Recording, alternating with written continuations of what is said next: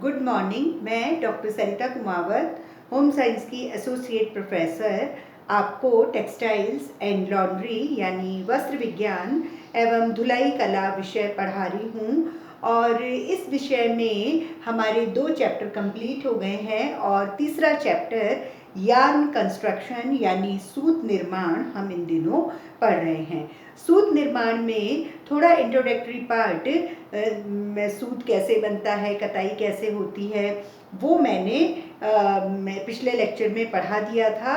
और उसमें मैंने सूत के टाइप्स ऑफ यार्न भी मैंने आपको क्लासिफाई करके बताए थे कि सूत के प्रकार, सूत 2 प्रकार के होते हैं मेनली। एक साधारण सूत यानी सिंपल यार्न और दूसरा सम्मिलित सूत यानी कॉम्प्लेक्स या नोवेल्टी यार्न।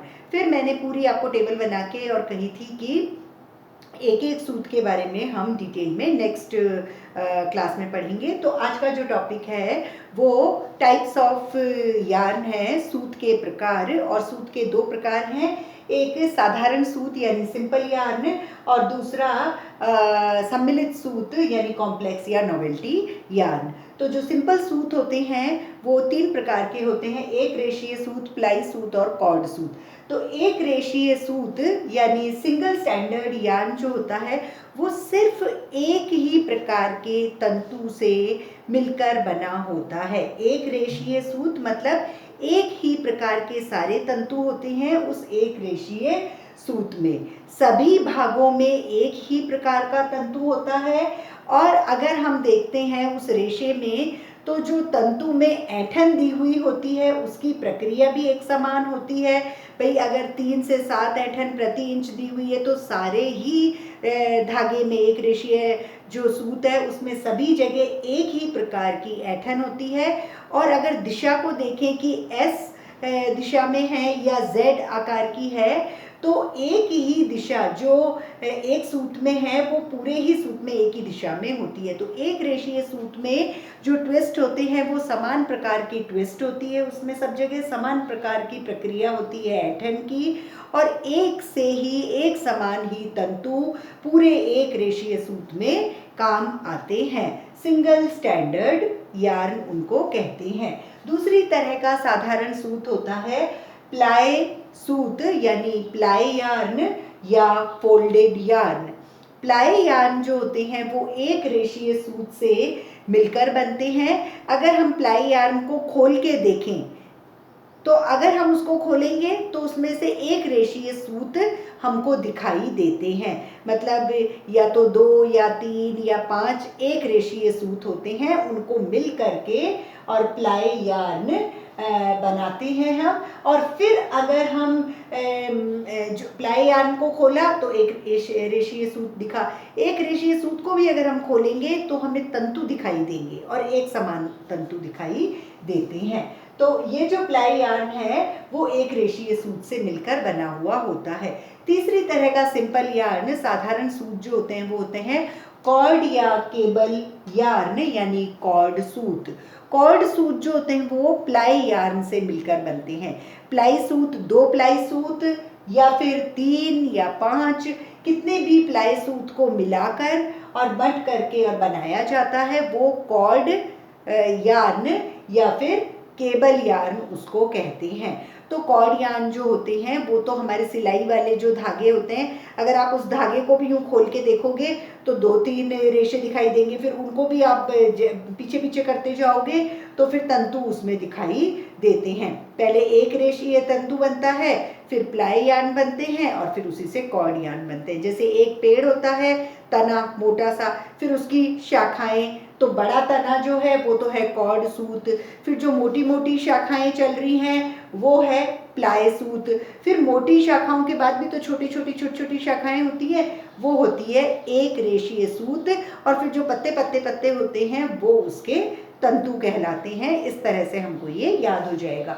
तो जो कॉर्ड सूत है मतलब पूरा तना, तो या तो वो धागा होता है जो हम सिलाई करते हैं, या फिर रस्सी वगैरह जो होती है वो सब इसी वर्ग में आते हैं। तो इस तरह से ये साधारण सूत यानी सिंपल यार्न 3 तरह के हैं, एक रेशीय सूत, प्लाई सूत और कॉर्ड सूत। अब जो दूसरी तरह के सूत होते हैं वो है सम्मिलित सूत यानी कॉम्प्लेक्स या नॉवेल्टी यार्न। जो कॉम्प्लेक्स यार्न या नॉवेल्टी यार्न होते हैं, इनको बनाने की प्रक्रिया थोड़ी जटिल होती है, थोड़ी सी अलग तरीके की होती है, क्योंकि जब इनको बनाते हैं तो जो प्लाई यार्न लेते हैं हम उनमें भी डिफरेंट कलर्स ले सकते हैं। मतलब 2 प्लाई यार्न या 3 प्लाई यार्न ले रहे हैं तो अलग अलग कलर के लेंगे, फिर उनको मिक्स करके बनाएंगे तो एक डिफरेंट और सुंदर कलर का धागा, सम्मिलित धागा हमको मिलता है। तो प्लाई यार्न के कलर्स को हम डिफर कर सकते हैं। फिर दूसरा डिफरेंस इन ट्विस्ट, ट्विस्ट में अगर हम डिफरेंस करेंगे या तो उसकी दिशा में और या फिर उसके नंबर्स में, कि एक बार तो 7 बट दे दिए और फिर ढीला ढीला कर दिया, फिर वापस 7 दे दिए, तो ऐसे मतलब ऐठन में भी डिफरेंस करके और हम सम्मिलित सूत बना सकते हैं। लेकिन इसमें ये होता है कि सम्मिलित सूत में 2 धागे होने जरूरी है, 2 या उससे ज़्यादा अगर हो तो कोई बात नहीं, लेकिन 2 धागे होना जरूरी होता है, तभी सम्मिलित या नॉवेल्टी यार्न बनाया जाता है। क्योंकि इसमें एक धागा जो है वो तो आधार धागा हो जाता है, बेस यार्न हो जाता है, दूसरा उसके ऊपर लपेटा जाता है किसी भी रूप में, या तो बट के या ऊपर से लपेट के। तो 2 धागे जो होते हैं वो बहुत जरूरी हैं, एक को बेस बनाना पड़ता है और दूसरा उसके ऊपर लिपटता है। इस तरह से नॉवेल्टी या कॉम्प्लेक्स या फैंसी यार्न बनते हैं। ये कई प्रकार के होते हैं फैंसी यार्न या नॉवेल्टी यार्न जो होते हैं वो। तो नॉवेल्टी यार्न करीब 9 तरह के हैं। पहला है स्लब यार्न। स्लब यार्न मतलब थोड़ा बटा हुआ सूत। थोड़ा बटा हुआ सूत में क्या होगा कि सूत में कसकर ऐंठन दी गई है और उसके बाद में एक निश्चित समय के बाद, जैसे मान लो 6 इंच के बाद, तो हर 6 इंच के बाद में उसके ट्विस्ट को या तो हम कम कर देंगे या तो ज़्यादा। मतलब एक जो धागा हो रहा है पहले बहुत कस के बनाया जा रहा है, 6 इंच के बाद में उसको थोड़ी कम कर दी, फिर कस के बना रहे हैं, फिर 6 इंच के बाद में थोड़ी कम कर दी। अगर कम कर रहे हैं तो हर 6 इंच के बाद में कम करेंगे, और अगर कस के बना रहे हैं और ज़्यादा कसना है तो वो हर 6 इंच या 2 इंच एक निश्चित दूरी बना लेंगे। तो स्लब यार्न मतलब कस कर ऐंठन दी हुई है, लेकिन हर थोड़ी स्पेस के बाद या तो ट्विस्ट को कम कर देंगे या तो ट्विस्ट को ज़्यादा कर देंगे, जिससे जो धागा बनता है और उस धागे से जो वस्त्र बनता है वो थोड़ी नवीनता लिए हुए, थोड़ा सुंदर, थोड़ा सा अलग कॉम्प्लेक्स तरीके का, नोवेल्टी तरीके का बनता है। लेकिन हम यहाँ देखेंगे कि जैसे 7 से 12 जो ट्विस्ट होती है वो अच्छी ट्विस्ट होती है, लेकिन अगर 7 से कम ट्विस्ट हर 6 इंच या 2 इंच या जितने के भी बाद में, तो 7 के से कम अगर ट्विस्ट होगी तो फिर वो कपड़ा जहाँ जहाँ कम ट्विस्ट है वो जल्दी घिस जाएगा, और कई बार तो बहुत कम ट्विस्ट होती तो वस्त्र बहुत भद्दा भी दिखाई देता है जहाँ जहाँ वो धागा उसमें आता है। दूसरा है लूप या कर्ल यार्न। लूप या कर्ल यार्न को हम फंदेदार सूत कहते हैं, और फंदेदार सूत में क्या होता है, एक कुछ दूरी पर एक फंदा बना लेते हैं, एक लूप बना लेते हैं। इतना धागा में ट्विस्ट हुआ, फिर एक फंदा छोड़ दिया, फिर लेकिन वो आधार सूत पर होता है। मतलब आधार सूत जो आ रहा है ये यहाँ से यहाँ तक आया, फिर एक लूप बना दिया, फिर यहाँ तक आया, फिर एक लूप बना दिया, फिर यहाँ तक आया, तो एक निश्चित दूरी पर एक लूप या फंदा बना देते हैं। उस तरह से लूप या कर्ल यार्न बनता है। इससे बहुत महंगे वाले परिधान बनते हैं या फिर जेंट्स के जो कोट वगैरह बनते हैं वो हम लूप या कर्ल यार्न से बनाते हैं। नेक्स्ट है नॉट स्पॉट या नब यार्न। नॉट यानी गांठ वाला, स्पॉट मतलब धब्बे वाला, और नब यार्न तो या तो गांठ वाला या रंग के धब्बे वाला सूत। इसमें क्या होता है कि 2 प्लाई सूत काम में लिए जाते हैं। 2 प्लाई सूत जो काम में लेते हैं वो एक तो आधार बनता है और जो दूसरा होता है वो उसके ऊपर लपेटते हैं। लेकिन लपेटने में क्या होता है, एक निश्चित दूरी आती है, उसके बाद में एक जगह बहुत सारा खूब सारा लपेट देते हैं, फिर थोड़ी देर बाद में नहीं, फिर उस पर खूब सारा लपेट देते हैं, मतलब गांठें जैसी। कई बार आप कपड़ों में देखोगे किसी ऐसे कपड़े में कि जगह जगह है ना थोड़ा उभरा उभरा ऐसे ऐसे धागे दिखाई देते हैं, क्योंकि वो नॉट यार्न होता है, गांठ वाला यार्न होता है। तो निश्चित दूरी पर एक आधार जो सूत चल रहा है उसके ऊपर लपेटने वाला बहुत सारा लपेट लेते हैं, फिर थोड़ी दूरी पे फिर बहुत सारा लपेट लेते हैं, फिर थोड़ी दूरी पे बहुत सारा लपेट लेते हैं। तो इस तरह से ये गांठ वाला सूत यानी नॉट यार्न बनता है। इसमें हम ये भी कर सकते हैं कि आधार वाला जो धागा है वो भी लाल कलर का है और लपेटने वाला भी लाल, या फिर ये कर सकते हैं लाल धागा जो है वो नीचे चल रहा है और उसके ऊपर पीला धागा हर थोड़ी देर में, तो एक रंग का भी हो सकता है गांठ वाला और दो रंग का भी होता है। लेकिन ये गांठों की जो इफेक्ट आती है कपड़े पर और यार्न पर, सूत पर, वो बहुत ही सुंदर दिखाई देती है। फिर दूसरी तरह का नोवेल्टी यार्न है स्पाइरल या कॉर्क स्क्रू यार्न।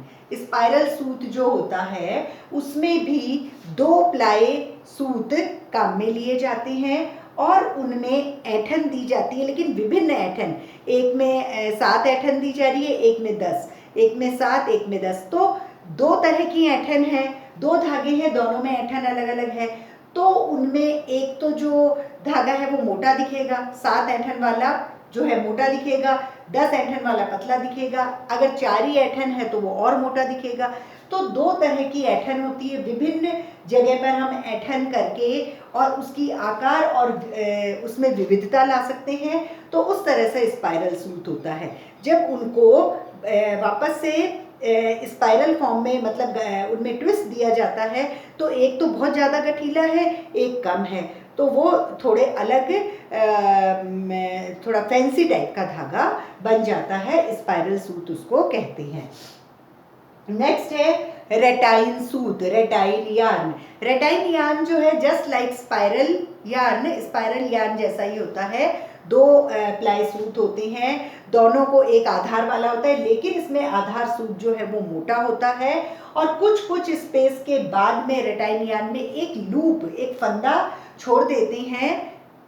इसमें फंदा नहीं छोड़ रहे हैं स्पाइरल में, लेकिन ये दोनों सेम ही है, गठा मतलब ऐंठन अलग अलग है, लेकिन इसमें आधार सूत जो है वो मोटा होता है रेटाइन यार्न में, और थोड़ी थोड़ी देर में लूप यानी फंदा छोड़ देते हैं। और जब हम फंदा छोड़ देते हैं तो ये जो सूत है इसकी थोड़ी सी मजबूती कम हो जाती है। नेक्स्ट है लेसेटेक्स। लेसेटेक्स जो यार्न होता है उसमें रबर के पतले पतले महीन तार होते हैं, उनको हम नायलॉन या रेयॉन या फिर कॉटन, इनके धागे के साथ ट्विस्ट करके, बंट करके और इस धागे को बनाते हैं। नेक्स्ट है स्ट्रेच यार्न। स्ट्रेच मतलब स्ट्रेचिंग वाला।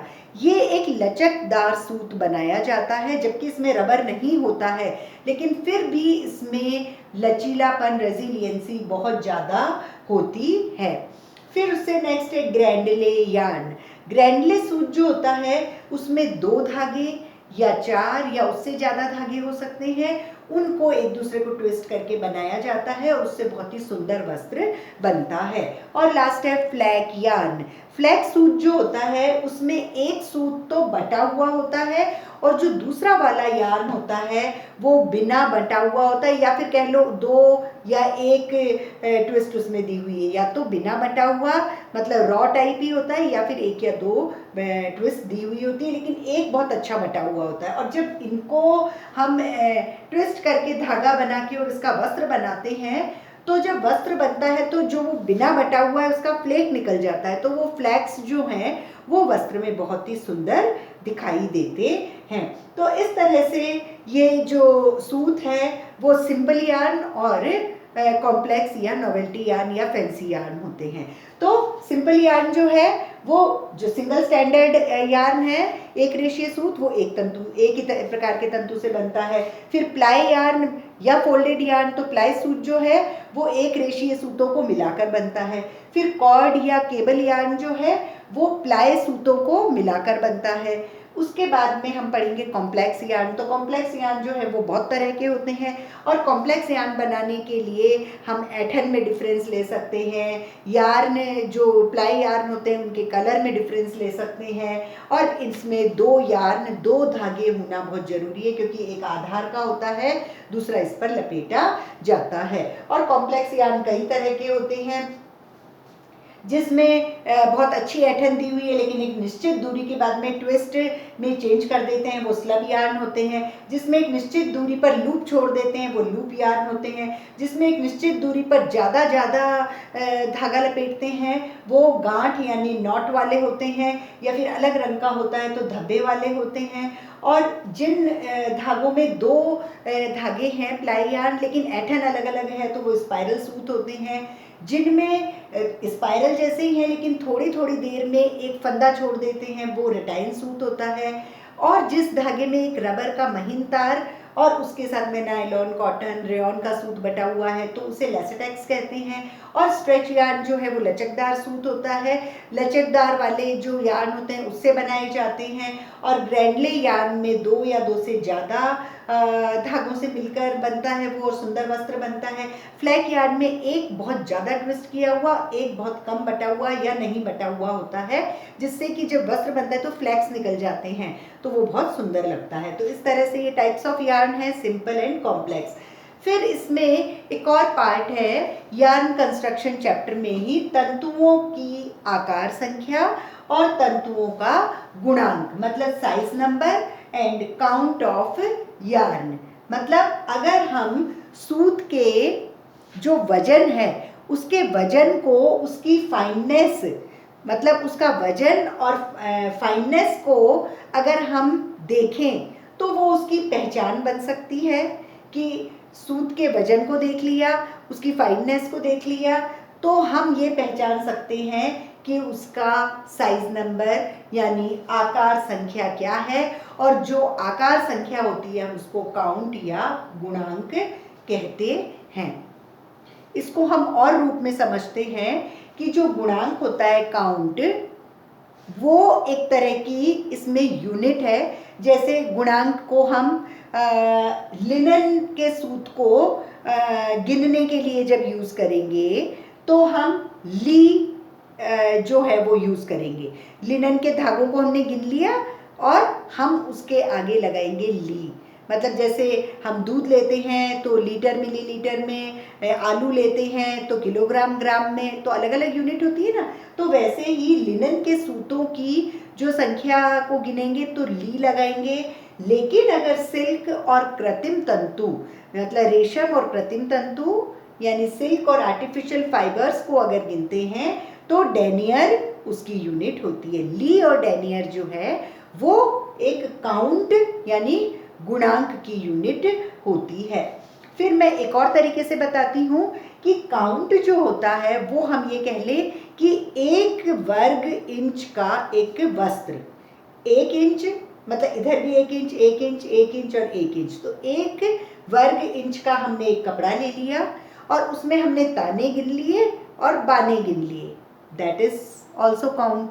मतलब ताना और बाना जो है वो उसका काउंट हो गया वस्त्र का।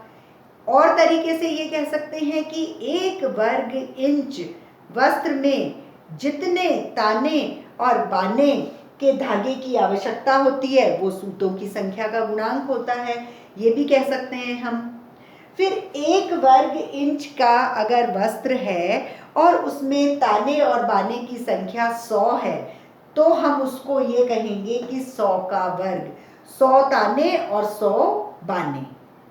किसी किसी में 90 ताने होंगे और 80 बाने होंगे तो हम उसको 90 इंटू 80 लिखेंगे। लेकिन कोई भी वस्त्र अगर ताने 90 से कम और बाने 80 से कम होंगे तो वो उच्च श्रेणी का नहीं कहलाएगा। मतलब 90 से ऊपर और 80 से ऊपर ताने और बाने होने ही चाहिए एक वर्ग में, तब जाके वो हाई क्वालिटी का फैब्रिक यानी उच्च श्रेणी का वस्त्र कहलाता है। लेकिन अगर ताने और बाने 23 और 24 हों, ताना 23 और बाना 24, तो फिर वो सर्जिकल गॉज होती है ना, जो हम पट्टी बंधवाते हैं जब लग जाती है, हॉस्पिटल में जाते हैं और हॉस्पिटल में पट्टी बांधते हैं सफ़ेद वाली, तो वो बहुत ही निम्न गुणांक का वस्त्र होता है। उसमें 23 और 24 ताने और बाने होते हैं और वो बहुत ही निम्न श्रेणी का गुणांक कहलाता है। अगर हमको उसको टेस्ट करना पड़े किसी भी कपड़े को, तो कोई ये कहेगा हम मैग्नीफाइंग ग्लास से देखें, कांच से देखें 1 वर्ग इंच में कितने धागे हैं काउंट। लेकिन आप ऐसे भी कर सकते हो कि धूप में अगर हम कपड़े को ऐसे करके देखेंगे तो पता पड़ जाएगा कितने धागे यूं हैं और कितने धागे यूं हैं। या तो वो छनछना दिखाई देगा या बहुत घनी बुनाई का। तो जो बहुत घनी बुनाई वाला है तो ताने भी ज़्यादा है, बाने भी ज़्यादा हैं, वो उच्च श्रेणी का कपड़ा है। और जिसको यूं करते ही बिल्कुल आर पार दिख रहा है और छेद छेद भी दिख रहे हैं, तो मतलब ताने भी कम है, बाने भी कम है, 1 इंच में धागा ही कम है, तो वो वस्त्र जो है वो निम्न श्रेणी का कहलाएगा। तो ये हम इसमें देख सकते हैं।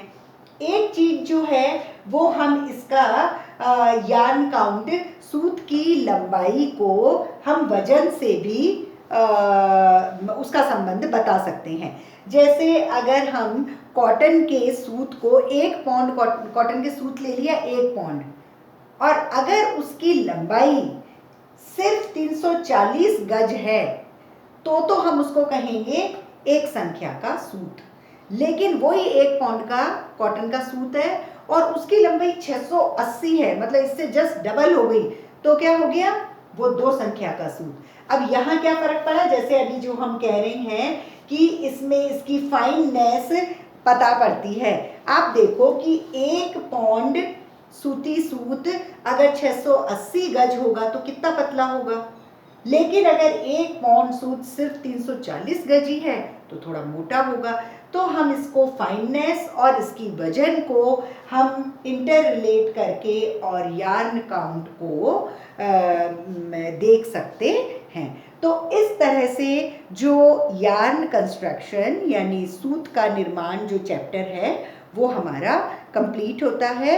और नेक्स्ट टर्न पे 4th चैप्टर हम जो बुनाई है वीव्स उसके बारे में पढ़ेंगे। Thank you.